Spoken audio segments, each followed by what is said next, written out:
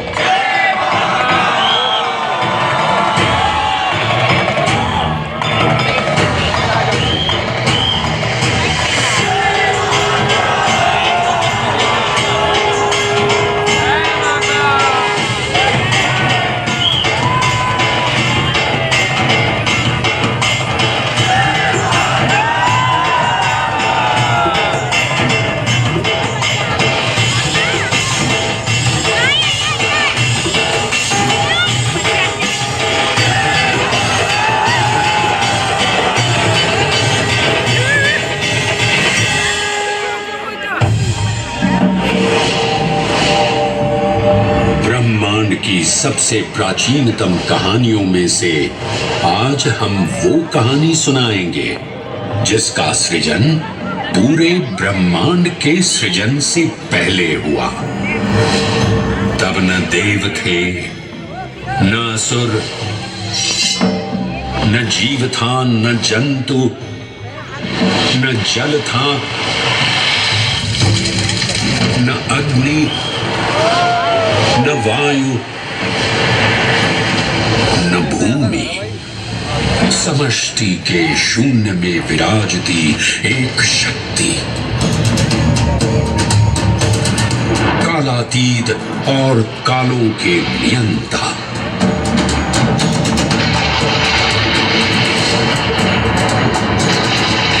विधाता भी और विध्वंसक भी, अखंड, अचल, अविनाशी। ये कथा है उस महादेव के महाकाल स्वरूप की, जो सृष्टि के आरंभ भी हैं और काल के आगमन भी हैं।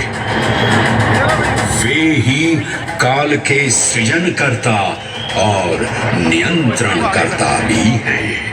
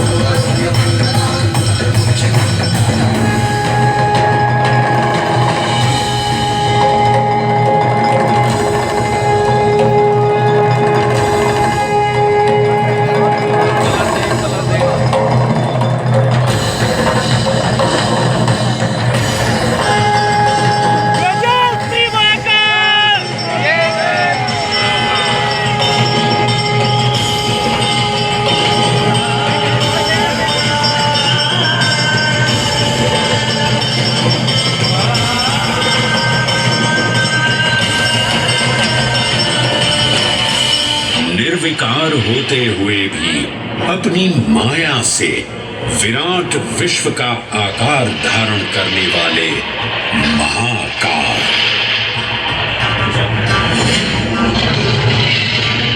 मेरुगिरी को धनुष और भगवान विष्णु को बाण बना दैत्यों के 3 पुरों का नाश करने वाले महाकाल। वो महाकाल जो तीनों लोकों में विद्यमान सभी शिवलिंगों में प्रधान है।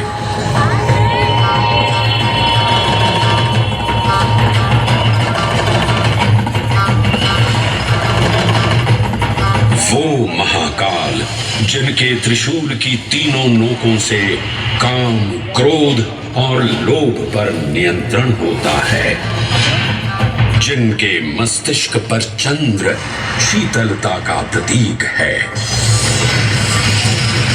और जिनकी सवारी नंदी के 4 चरण सत्य, दया, दान और तप का चिन्ह है।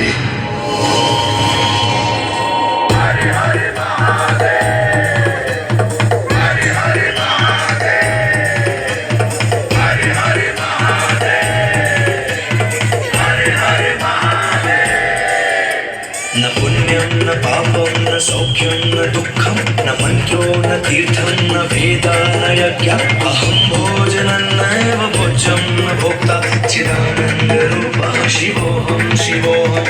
हरे हरे महादेव, हरे हरे महादेव। अहं निर्विकल्पो निराकाररूपो विभुत्वान् च सर्वत्र सर्वेन्द्रियाणां न चासङ्गतं नैव मुक्तिर्न मे चिदानन्दरूपः शिवोऽहं शिवोऽहं चिदानन्दरूपः शिवोऽहं शिवोऽहं चिदानन्दरूपः शिवोऽहं शिवोऽहं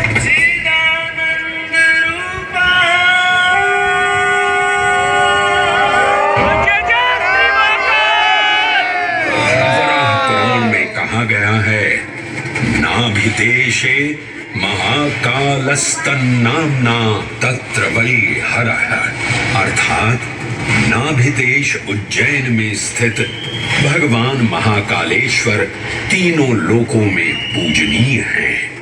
आकाशे तारकांलिंगम पाताले हाटकेश्वरम मृत्युलोके महाकालम सर्वलिंगम नमोस्तुते।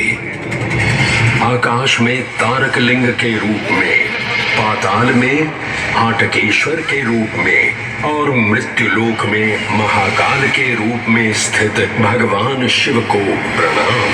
समस्त लिंग स्वरूपों में विद्यमान भगवान शिव को सादर नमस्कार। नाभिदेश उज्जैन का अटूट बंधन है महाकाल के साथ, जो महाकाल स्तोत्र में उल्लिखित है। उज्जयिन्यां महाकालम महाकालेश्वरम हरम महाकालम महायोगिनम नमामि पार्वती पतिं। तो चलिए मैं आपको कथा सुनाता हूँ इसी महान उज्जैन नगर की। उज्जैन, जिसे संस्कृत साहित्य में अवंतिका, विशाला, कुशस्थली, पद्मावती, कनकशृंगा, स्वर्णशृंगा, प्रतिकल्पा, कुमुदवती और अमरावती के नाम से पुकारा गया।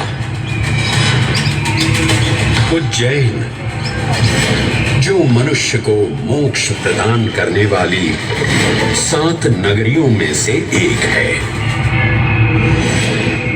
उज्जैन जहां 84 महादेव का आशीर्वाद प्राप्त है। उज्जैन जिस पर सदा ही कृपा रहती है महाकाल की। यहाँ सतत क्षिप्रा नदी की निर्मल धारा बहती है। डमरू के नाद से जीवन को ऊर्जा मिलती है। घंटियों की झनकार मन को आनंदित करती है और यहाँ का आकाश शिव आशीष स्वरूप है। श्मशान ऊषर क्षेत्र पीठम तू मनमेव च पंचकत्र न लभ्यते महाकाल पुरद्दते। अर्थात यहाँ पर श्मशान, ऊषर यानी अनुपजाऊ भूमि, क्षेत्र अर्थात पवित्र भूमि, यानी शक्ति स्थान, और मन अर्थात आध्यात्मिक शांति का स्थल, पांचों एक ही स्थान पर उपलब्ध हैं। ये संयोग महाकाल की नगरी उज्जैन की महिमा को और गरिमामय बना देता है। उज्जैन के इस अलौकिक स्वरूप से प्रभावित हो महाकवि कालिदास अपने काव्य मेघदूत में लिखते हैं, हे जलधर, यदि महाकाल के मंदिर में समय से पहले तुम पहुंच जाओ तो तब तक वहां ठहर जाना जब तक सूर्य आंख से ओझल न हो जाए। शिव की संध्याकालीन आरती के समय नगाड़े जैसी मधुर ध्वनि करते हुए तुम्हें अपने धीर गंभीर गर्जनों का पूरा फल प्राप्त होगा।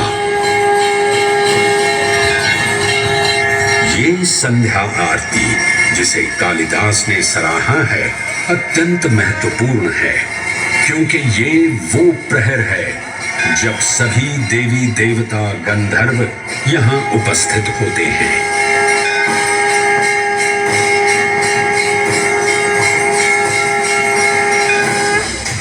उज्जैन की महिमा अद्वितीय है।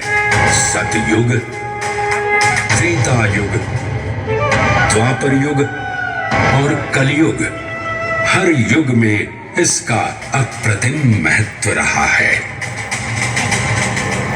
इस काल यात्रा में सबसे पहले आपको सतयुग के उस कालखंड में ले चलता हूं जहां देव और दानव एकत्रित हैं समुद्र मंथन करने के लिए। मन की आंखों से कल्पना कीजिए, भगवान विष्णु ने कूर्म का रूप ले मंदरांचल पर्वत को अपनी पीठ पर उठा रखा है। सागर से विकराल लहरें उठ रही हैं, मेघ भयानक गर्जना कर रहे हैं। देव और दानव वासुकी सर्प को नेति बना और मंदार पर्वत को मथनी बना सागर को मथ रहे हैं कि तभी जल का पाप कालकूट विष निकलता है और पूरी सृष्टि को अपने ताप से झुलसाने लगता है। इस भयावह स्थिति ने देवताओं और असुरों के बीच हाहाकार मचा दिया। ये कैसा अनर्थ है? लक्ष्य था अमृतत्व का, पर अब मृत्यु की विकराल छवि हमारी आंखों के समक्ष मंडरा रही है। इस भयंकर संकट से केवल वही उद्धारकर्ता मुक्ति दिला सकते हैं जो समस्त विश्व के परम संरक्षक हैं। तभी सब महादेव की शरण में जाते हैं और पुकार लगाते हैं, ओम नमो भगवते रुद्राय। और फिर तुष्टा महादेव भक्तों की गुहार सुनते हैं, कैलाश से उतरते हैं, विष को अपनी अंजुलि में भर अपने कंठ में धारण करते हैं।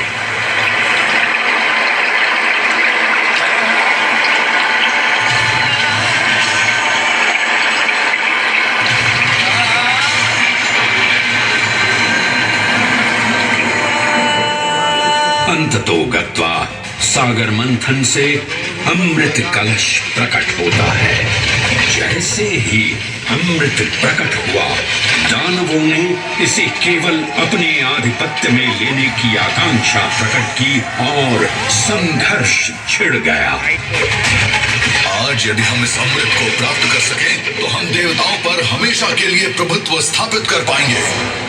अमृत अपात्र हाथों में ना जा पाए, क्योंकि ये अपनी शक्ति का असीम दुरुपयोग करेंगे। इस अराजकता के परिणाम स्वरूप अमृत की कुछ बूंदें छलकी और पृथ्वी तक पहुंच गई। 4 स्थलों पर स्पर्श हुआ इन बूंदों का, हरिद्वार, प्रयागराज, नासिक और उज्जैन। अमृत की इन्हीं बूंदों के कारण उज्जैन में हर 12 वर्ष पर कुंभ सिंहस्थ मेले का आयोजन होता है। भगवान शिव की लीला देखिए, लोक कल्याण के लिए स्वयं विषपान किया और अपनी नगरी पर अमृत वर्षा करवाई। अमृत की पावन बूंदों से अभिसिंचित ये दिव्य उज्जैन भूमि रामायण के पृष्ठों में भी सम्मिलित हुई। सतयुग के बाद त्रेता युग में माता सीता की खोज में वानर सेना का यहाँ आगमन हुआ।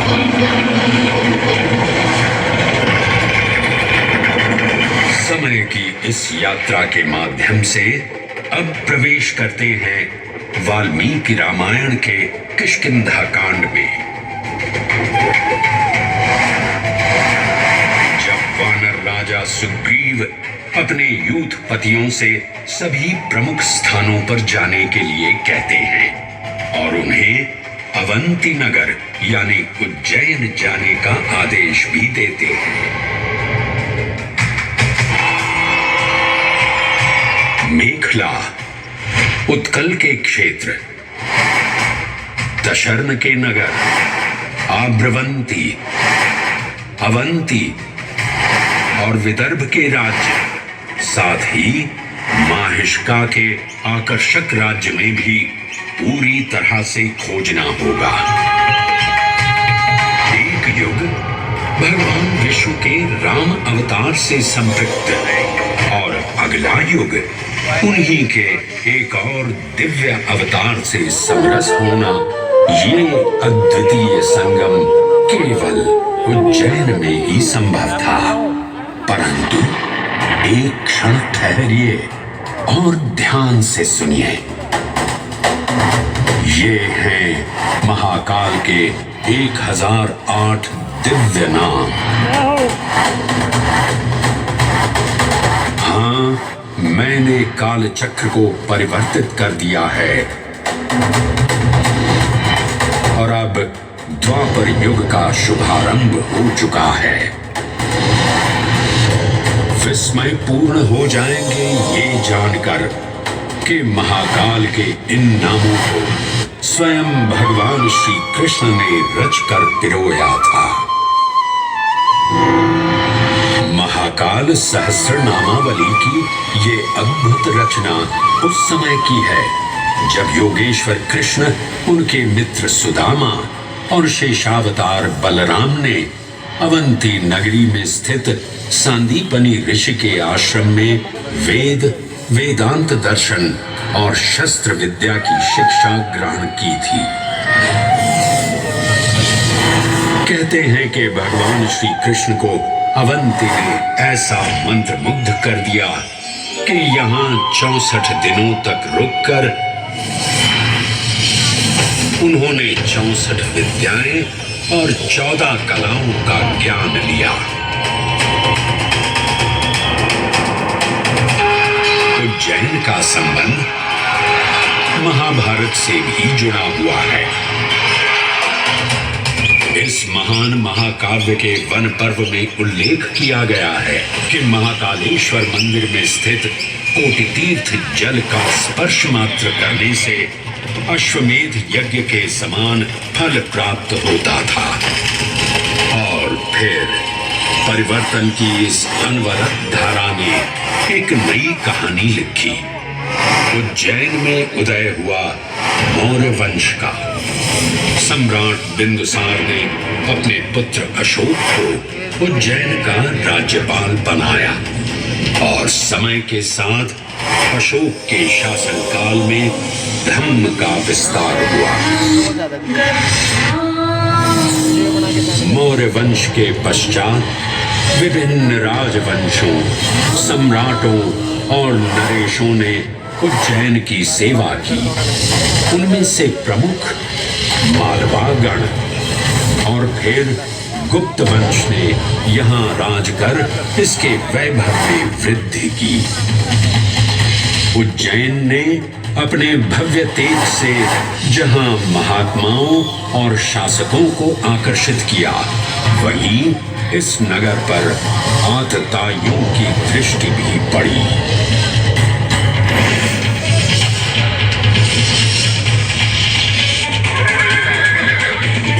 शक मध्य एशिया की खानाबदोश जनजाति थी, जिन्होंने उत्तर पश्चिमी और मध्य भारत के कुछ हिस्सों पर आक्रमण कर अपना शासन स्थापित किया। ईसा पूर्व प्रथम शताब्दी में जब भारत शकों के अत्याचार से त्रस्त था, तब उन शकों ने उज्जैन पर भी कब्जा कर लिया और फिर उज्जैन में उदय हुआ एक तेजस्वी योद्धा, महाराज विक्रमादित्य का। एक तरफ शकों का बल तो दूसरी तरफ विक्रमादित्य का अद्वितीय पराक्रम। विक्रमादित्य की तलवार महादेव के तीसरे नेत्र सी चमकी। प्रचंड युद्ध हुआ। महाकाल की कृपा से शूरवीरों ने शकों को परास्त किया और उज्जैन में गणतांत्रिक शासन स्थापित किया।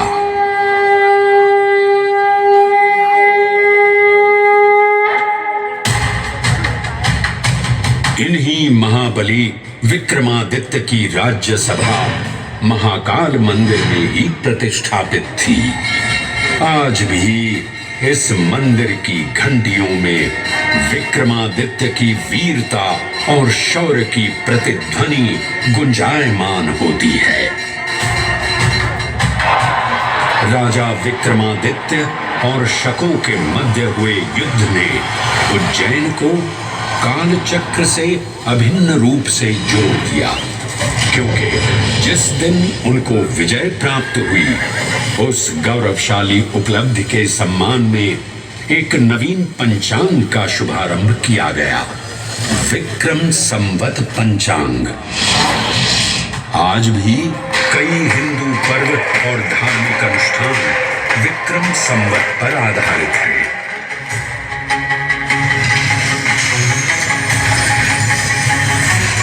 पृथ्वी की भौगोलिक कर्क रेखा इस पावन उज्जैन भूमि से होकर गुजरती है। लगभग 300 वर्ष पूर्व उज्जैन विश्व समय का प्रमुख संदर्भ बिंदु था।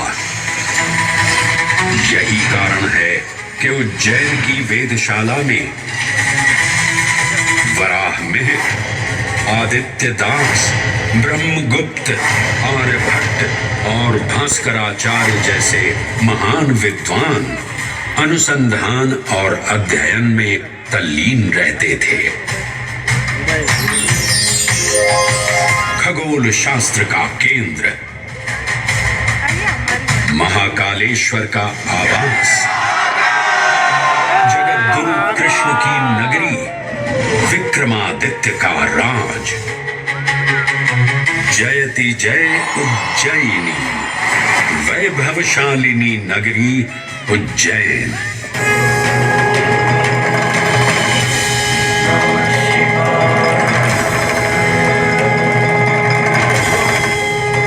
श्वासों को शिव मंत्र से अलंकृत कर, मन को भाव की गंगा से निर्मल कर, जो भी उज्जैन में महादेव की शरण लेता है, उसका कल्याण होना निश्चित है। आज सुनी सबने गाथा महाकाल की, दर्शन जिनके दुर्लभ हैं, नमन करे जिन्हें काल भी, चरण में जिनके है बसा। ये समस्त संसार कभी नहीं देखा होगा धरती पर ऐसा चमत्कार।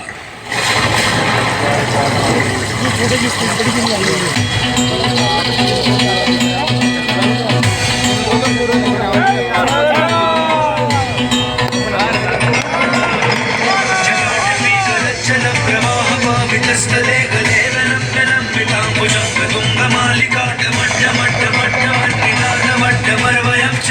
प्रचंड तांडवं तनोतु न शिव शिव